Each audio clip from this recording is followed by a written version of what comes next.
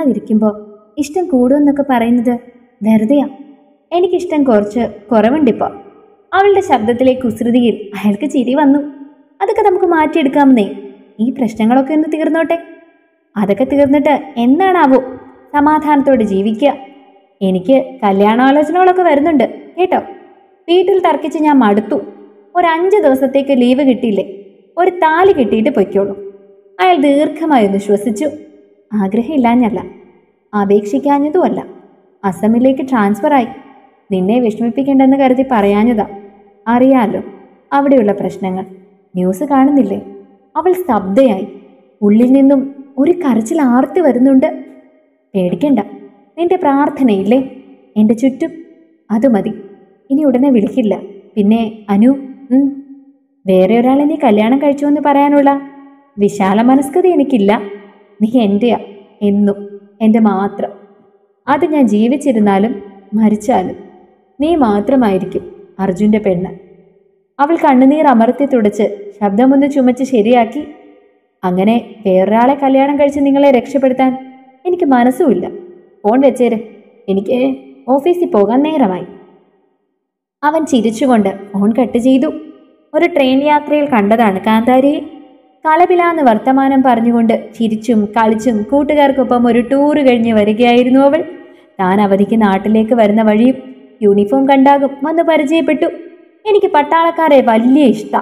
ശരിക്കും എത്ര ധൈര്യം വേണം ഈ ബോംബിൻ്റെയൊക്കെ അടുത്തുകൂടി നടക്കാൻ. താൻ പൊട്ടിച്ചിരിച്ചുപോയി.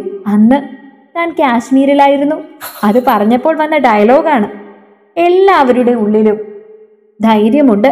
ഒരു പട്ടി കടിക്കാൻ വന്ന മരം കയറ്റം അറിയാത്തവൻ പോലും ചിലപ്പോൾ മരം കയറി പോകും. അതുപോലെയുള്ളൂ. അപ്പോൾ ചിരിച്ചത് അവളാണ്. പോകാൻ നേരം തൻ്റെ മൊബൈൽ നമ്പർ വാങ്ങിച്ചു. വിളിക്കും ട്ടോ എന്ന് പറയുകയും ചെയ്തു. വർഷം എത്ര കഴിഞ്ഞു, അതേ വിളിയൊച്ച, അതേ കുസൃതി, അതേ സ്നേഹം. അവൾ മാറിയിട്ടില്ല.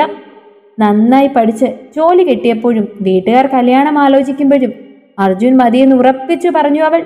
ആരുമില്ലാത്തൊരു പട്ടാളക്കാരനെ ആർക്കും വേണ്ടിയിരുന്നെങ്കിലും അവൾക്ക് വേണമായിരുന്നു. അവൾ അവന് വേണ്ടി വാശി പിടിച്ചു, വാദിച്ചു, കരഞ്ഞു, പട്ടിണി കിടന്നു. ഒടുവിൽ വീട്ടുകാർക്ക് സമ്മതിച്ചു കൊടുക്കേണ്ടി വന്നു. തമ്മിൽ കണ്ടിട്ടുള്ളത്, ഒന്നിച്ച് ചിലവഴിച്ചിട്ടുള്ളത് കുറച്ച് സമയങ്ങൾ മാത്രം. പക്ഷെ കാണാതെ കാണുന്ന കാഴ്ചകളുണ്ട്. ഞാനിന്നലെ ക്ഷേത്രത്തിൽ പോയി അർച്ചന നടത്തിയിട്ടോ എന്ന് പറയുമ്പോൾ ഉലഞ്ഞ കോട്ടൺ സാരിയുടെ തുമ്പൊന്ന് ചുറ്റി നെറ്റിയിലെ ചന്ദന വരയുടെ മുകളിൽ വിരൽ കൊണ്ട് തൊടുന്ന അവളെ കാണാം. ഇന്ന് തൊടിയിലെ മുല്ല പൂത്തു എന്ന് പറയുമ്പോൾ മുല്ലപ്പൂവിന്റെ മണം നിറയും. ഇന്ന് പുഴമീൻ കിട്ടി, വറുത്തു, നല്ല രുചിയുണ്ടായിരുന്നു. അപ്പൊ പുഴമീനിന്റെ രുചി നാവിൽ നിറയും. കാവിളിൽ ഒരു ചക്കരയുമ്മ എന്ന് കൊഞ്ചുമ്പോ കൈതപ്പൂവിന്റെ മണമുള്ള ചുണ്ടുകളുടെ തണുപ്പറിയാം. അർജുൻ ഡ്യൂട്ടി ടൈം കാൽ. വിവേക് വിളിക്കുന്നത് കേട്ട് അവൻ എഴുന്നേറ്റു. സ്വപ്നത്തിൽ അനു എന്താ പറയണേ?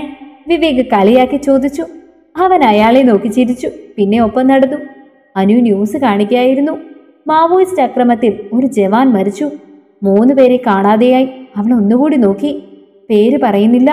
കാണാതായവർ മാവോയിസ്റ്റുകാരുടെ പിടിയിൽ അകപ്പെട്ടെന്ന് സംശയിക്കുന്നു എന്ന് പറയുമ്പോഴും പേരില്ല. അവളുടെ ഉടൽ വിറച്ചുകൊണ്ടിരുന്നു.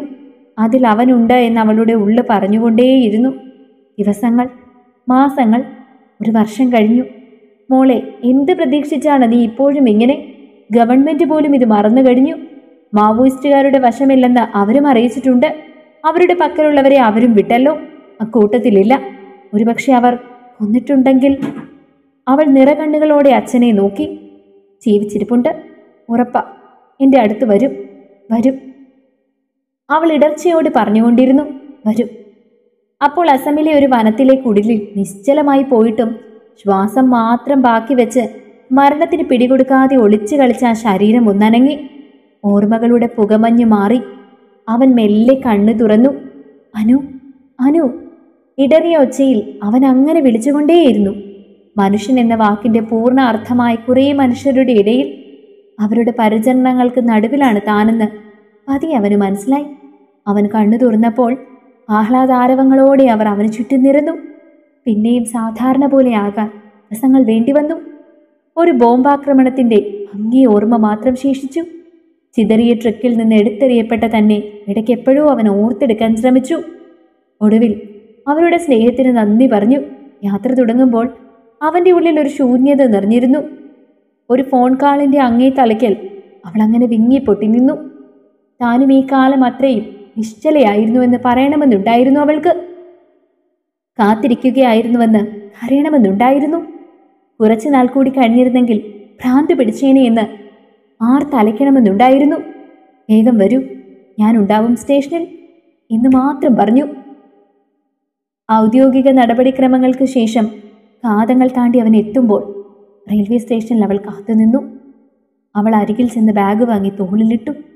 അവൻ പൊട്ടിയൊഴുകുന്ന കണ്ണുകളോടെ അവളെ നെഞ്ചോട് ചേർത്ത് പിടിച്ചു. കാത്തിരുന്ന് മടുത്തില്ലേ? അവൻ ഇടറി ചോദിച്ചു. അവൾ ആ മുഖത്തേക്ക് നോക്കി, പിന്നെ അകന്നു മാറി.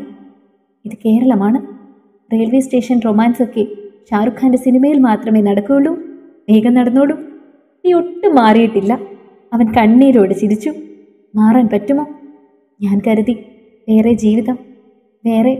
അവൻ പാതിയിൽ നിർത്തി. നീ എൻ്റെയാണെന്നല്ലേ പറഞ്ഞിട്ടുള്ളത്? പിന്നെങ്ങനെ വേറെ ആൾ വരും? അവൾ ചിരിച്ചു. പിന്നെ കയ്യിൽ കൈ ചേർത്ത് പിടിച്ച് നടന്നു തുടങ്ങി. ഞാൻ ഒരിക്കലും വന്നില്ലായിരുന്നുവെങ്കിൽ? കാത്തിരിക്കാൻ എന്ത് സുഖമാണെന്നോ. ഞാൻ കാത്തിരിക്കും ആയുസിൻ്റെ അറ്റത്തോളം. എന്നാലും ചിലപ്പോൾ എനിക്ക് ഭ്രാന്ത് പിടിച്ചു പോയേനെ. ഈ മുഖം കാണാതെ, ശബ്ദം കേൾക്കാതെ. അവൾ കണ്ണുനീരിനിടയിൽ കൂടി ചിരിക്കാൻ ശ്രമിച്ചു. ആ വഴിയരികിൽ വച്ച് അർജുൻ വീണ്ടും അവളെ നെഞ്ചിൽ ചേർത്ത് പിടിച്ചു. സങ്കടം വന്നു. നെഞ്ചു പൊട്ടും പോലെ തോന്നിയപ്പോൾ ആ നെറുകയിൽ മുഖം അമർത്തി വെച്ചു. പ്രണയകാലങ്ങൾക്ക് ജീവന്റെ വിലയുണ്ടെന്ന് അവൻ അറിയുകയായിരുന്നു. ഇത്തരത്തിലുള്ള മനോഹരമായ കഥകൾക്ക് വേണ്ടി ചാനൽ സബ്സ്ക്രൈബ് ചെയ്യാൻ മറക്കല്ലേ.